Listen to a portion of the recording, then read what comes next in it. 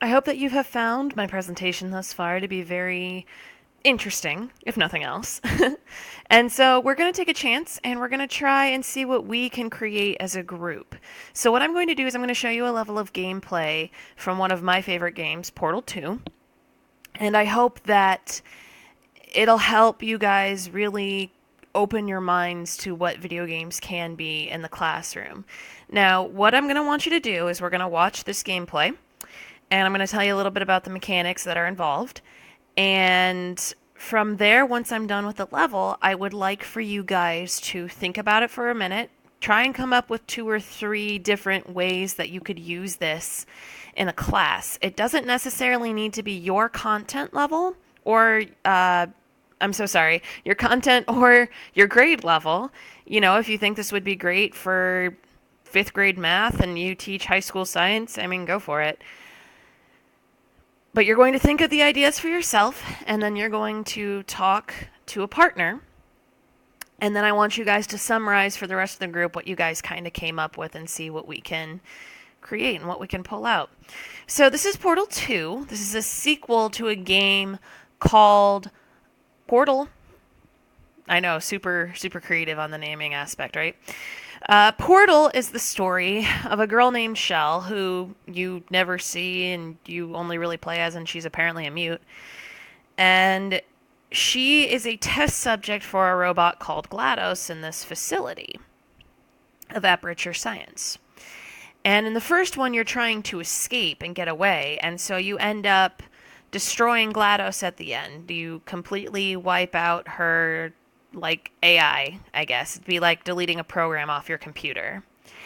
Portal 2, you awaken, you're still in the facility, and you're trying to escape, but in the process, you end up reviving GLaDOS. You basically plug her back in. And so now she's going to say a bunch of snarky things, and it's actually kind of hysterical to watch. It's pretty funny. Now, the reason that I love Portal 2, aside from the story, is I think the mechanics are fantastic. I've never really seen a game that functions like this.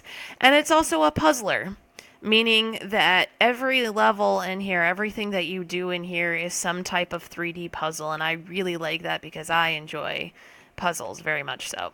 Now, you'll notice on my screen I've got a blue and an orange semicircle. And they used to just be outlines at the beginning of the video, and now they are filled in. And what that tells me when they're filled in is that I have portals that are active, meaning that you can see I've got the orange portal there, and I've got the blue portal over there. What's really cool about this game is what goes in one comes out the other, so let's try it. Not close enough.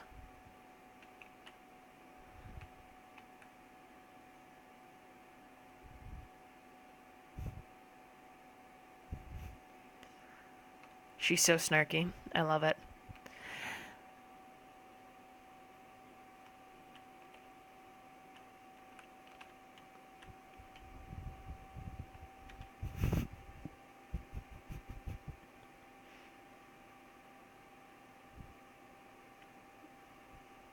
She's so snarky. It's wonderful. So, left click on the mouse is the blue portal.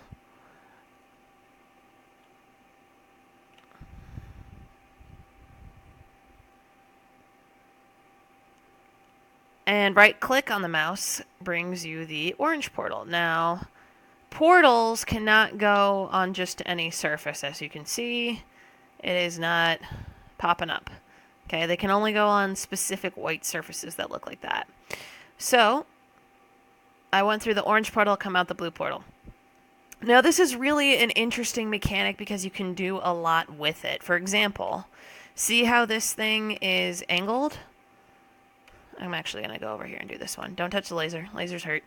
See how this thing is angled? Watch this. Boing.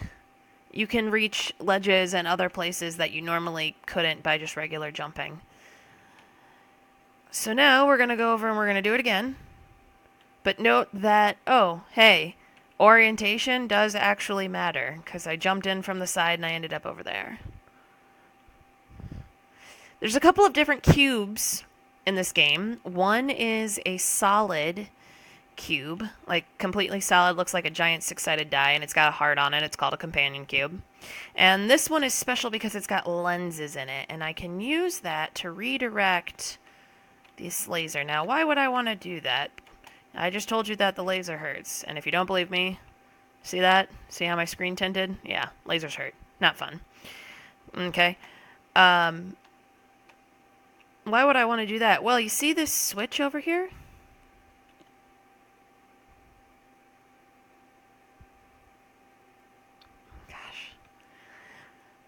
You see that switch over there? What I want to do is I want to try and get the laser to hit it. Well, I can't. I mean, even by redirecting the laser, I probably wasn't going to be able to hit it unless we think with portals. Now the laser's hitting it, so that automatically opens up the door, and this indicates the end of the level. You see this blue stuff right here? When you walk through it, it completely wipes the level clean, so you end up with this. Okay. Now you see those things that kind of look like spiders that were just falling through here? Those are called turrets, and they do shoot bullets, so you might want to, if you play this game and you learn where, like, which levels that they're on, you can actually skip those levels. You can have kids play just specific levels and go from there. And so here's what I want you guys to do. I want you guys to try and think. I've demonstrated one of the levels for you, and not all the mechanics were there, but most of them.